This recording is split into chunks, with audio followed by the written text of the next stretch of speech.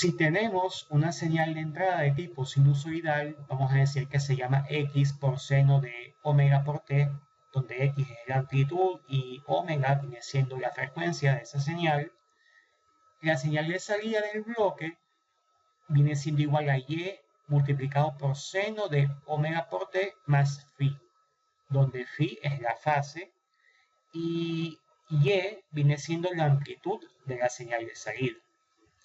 Por lo tanto, ambas señales tienen el mismo comportamiento, tienen un comportamiento sinusoidal. Entonces, en este caso, hay que emplear técnicas pertenecientes al dominio de la frecuencia para poder estudiar la estabilidad del sistema y también para diseñar el controlador más adecuado según sea el caso. Observemos esta función de transferencia 1 entre S más 1. Comenzando, vamos a efectuar el cambio de variable es igual a j omega, tal cual como observan en la diapositiva. Por lo tanto, g de j omega será igual a 1 dividido entre j omega más 1. En este caso, tenemos que escribir g de j omega como la forma rectangular de un número complejo, es decir, de la forma a más j veces b. En este caso, j viene siendo el número imaginario, es decir, la raíz de menos 1. Y si tenemos un número complejo en el plano complejo, dicho número se puede representar como un vector y ese vector va a contener una magnitud y también va a contener una dirección, magnitud, dirección y sentido. En este caso, la magnitud la podemos obtener mediante el teorema de Pitágoras, obteniendo las coordenadas de ese número complejo, es decir, su parte real y su parte imaginaria. Y cuando estamos hablando de la dirección, aquí tenemos que hablar de la fase del número complejo. Esto se puede obtener aplicando la arcotangente de la parte imaginaria entre la parte real, de manera tal que ese número complejo se puede representar con su magnitud y con su fase en el plano complejo. Y eso es lo que nosotros vamos a utilizar para poder construir el diagrama de Nyquist. Ahora bien, una vez que hayamos aplicado el cambio de variables igual a j omega, tenemos que multiplicar y dividir por la conjugada del denominador. ¿Por qué? Porque necesitamos expresar esa función de transferencia de la forma rectangular, es decir, de la forma a más j veces b. Por lo tanto, tenemos que, entre comillas, eliminar el número complejo que se encuentra en el denominador. Entonces, haciendo uso de la conjugada del denominador, la función de transferencia nos va a quedar como 1 dividido entre 1 más omega al cuadrado menos j veces omega entre 1 más omega al cuadrado. La parte real es 1 entre 1 más omega al cuadrado. La parte imaginaria es menos omega entre 1 más omega al cuadrado. Y por supuesto, la fase de esta función de transferencia es igual al arcotangente de la parte real entre la parte imaginaria, o lo que es lo mismo, al arcotangente de menos omega. Nosotros podemos darle valores a la frecuencia para poder graficar.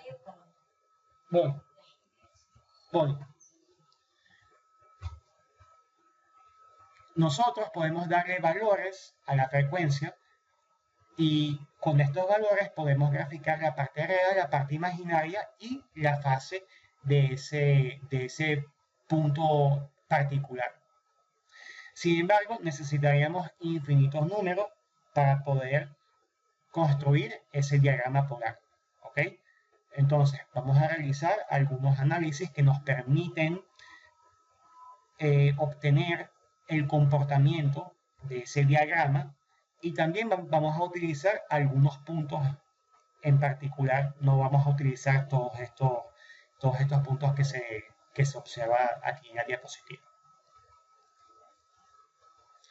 Esta función de transferencia, si nosotros tomamos solamente los valores de frecuencia positivos que van desde 0 hasta más infinito, nos podemos percatar de lo siguiente, que cuando omega es igual a 0, la función de transferencia es igual a 1 menos j veces 0.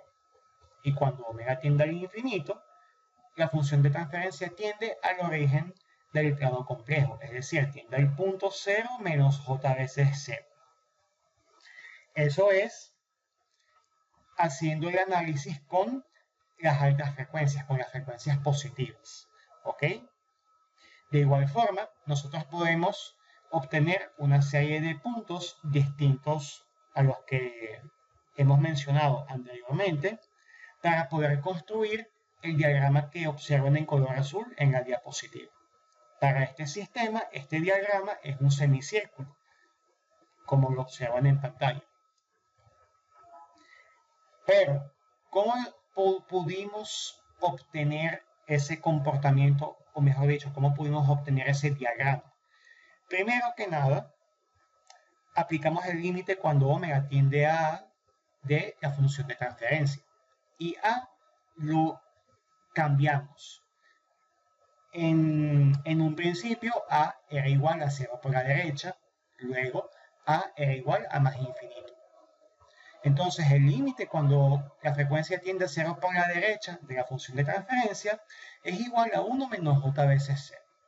Ya sabemos que ese es el punto de inicio. Y cuando la frecuencia tiende al infinito o al más infinito, el punto final es 0 menos j veces 0. Ahora, si tomamos en cuenta las frecuencias negativas, cuando omega tiende a 0 por la izquierda y cuando omega tiende al menos infinito, nos podemos dar cuenta que el límite de la función de transferencia va a tender respectivamente a 1 más j veces 0 y a 0 más j veces 0. Ahora, estos signos lo que nosotros nos están diciendo es que el sentido de recorrido del diagrama va a ser en sentido antihorario, ¿ok?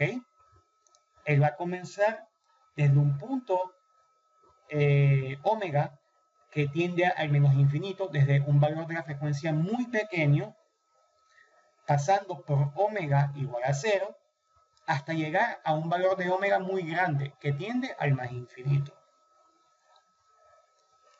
Entonces, en la figura de la derecha podemos observar el diagrama de Nyquist.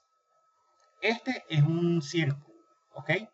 Es un círculo que sencillamente se encuentra en el semiplano derecho del plano complejo. Y el contorno que observamos a la izquierda es el contorno de Nyquist. Ese es el contorno que nosotros construimos para poder... Ese es el contorno que nosotros tenemos que construir. ¿Cómo lo hacemos? Sencillamente vamos a... ¿Cómo hacemos esto? Vamos a encerrar el semiplano derecho en sentido horario, ¿ok? Entonces, cuando aplicamos el cambio de variable es igual a j omega, ese contorno de Nyquist que se encuentra en color anaranjado se transforma en el diagrama de Nyquist que podemos observar a la derecha. En este caso, la función de transferencia tiene un polo que se encuentra en el semiplano izquierdo, ¿ok? Esto es algo que tenemos que tener en cuenta para analizar la estabilidad del sistema.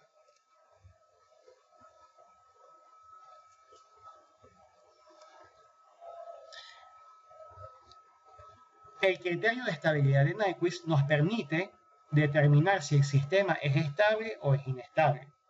Entonces, vamos a observar esta gráfica. Esa gráfica viene siendo la función de transferencia de gaso abierto. Si nosotros construimos un vector que va desde el origen de coordenadas o desde el origen del plano complejo hasta la función de transferencia de gaso abierto, vamos a obtener un vector GDS por HDS. Pero si construimos un vector que va desde el punto menos 1, 0 hasta la función de transferencia de gaso abierto, vamos a obtener un vector 1 más G por H, 1 más GDS por HDS. Entonces, si nosotros construimos este vector, estamos construyendo geométricamente un vector que está relacionado con la ecuación característica de este sistema. Es decir, con el denominador de la función de transferencia gaso cerrado. A partir de la función gaso abierto, nosotros podemos saber si nuestro sistema de control de gaso cerrado es estable o es inestable, a partir del criterio de estabilidad de Nyquist.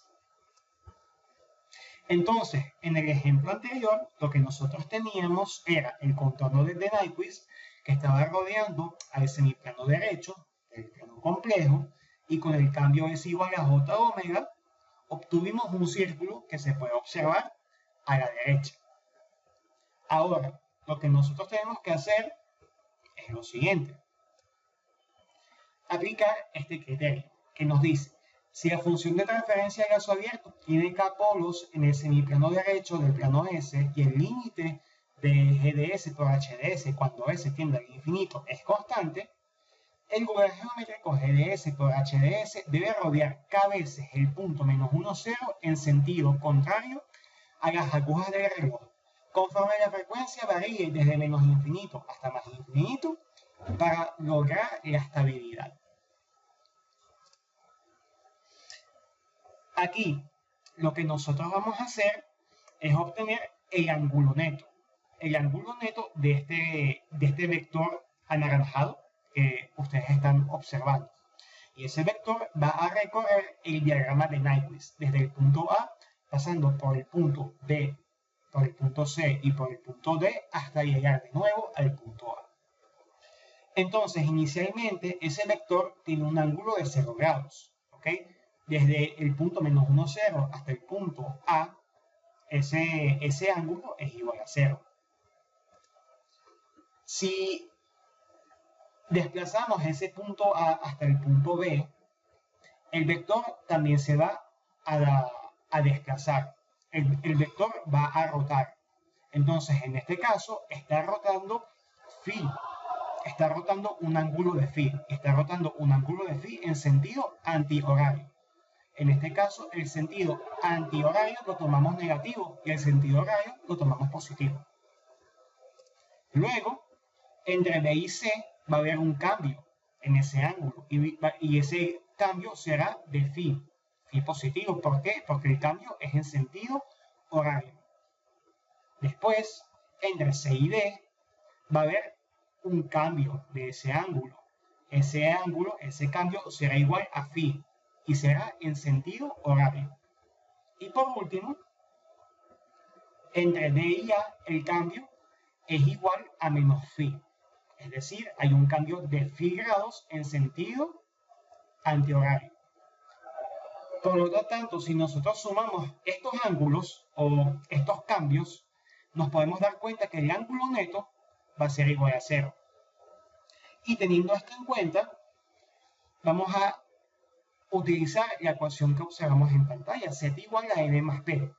Esto parte de un análisis matemático mucho más profundo, pero para resumírselo, ustedes lo pueden analizar con esta ecuación: Z igual a N más P, donde Z es el número de ceros de la función lazo cerrado ubicados en el semiplano derecho, N es el número de vueltas del diagrama del Nyquist al antiguo origen, menos 1, 0 en sentido horario. En este caso, si el ángulo neto es positivo, eso implica que n va a ser positivo, y si el ángulo neto es negativo, eso implica que n va a ser negativo. Más adelante vamos a ver por qué. Y por último, P es el número de polos de la función lazo abierto ubicados en el semiplano derecho. En este caso, P es igual a 0, es decir, no tenemos ningún polo en el semiplano derecho de la función lazo abierto. N es el ángulo neto dividido entre 360 grados. Si ese ángulo es igual a 0, N va a ser igual a 0. Y como N más P es 0, el número de ceros que se encuentran en el semiplano derecho de la función lazo cerrado será igual a 0. Por lo tanto, podemos decir que el sistema será estable. Ahora, ustedes tienen que realizar estos dos ejercicios que están viendo en la diapositiva. Tienen que construir el diagrama de Nyquist y luego tienen que aplicar el criterio de estabilidad de Nyquist. Entonces, en primer lugar, hay que hacer un cambio de variable. Después, tenemos que manipular algebraicamente las funciones de transferencia para poder obtener la forma rectangular A más J veces B. Luego, aplicamos un análisis frecuencial, tanto para bajas como para altas frecuencias, y también tomamos algunos puntos particulares para poder construir ese diagrama y al final aplicamos el criterio de estabilidad. Los espero en el siguiente video.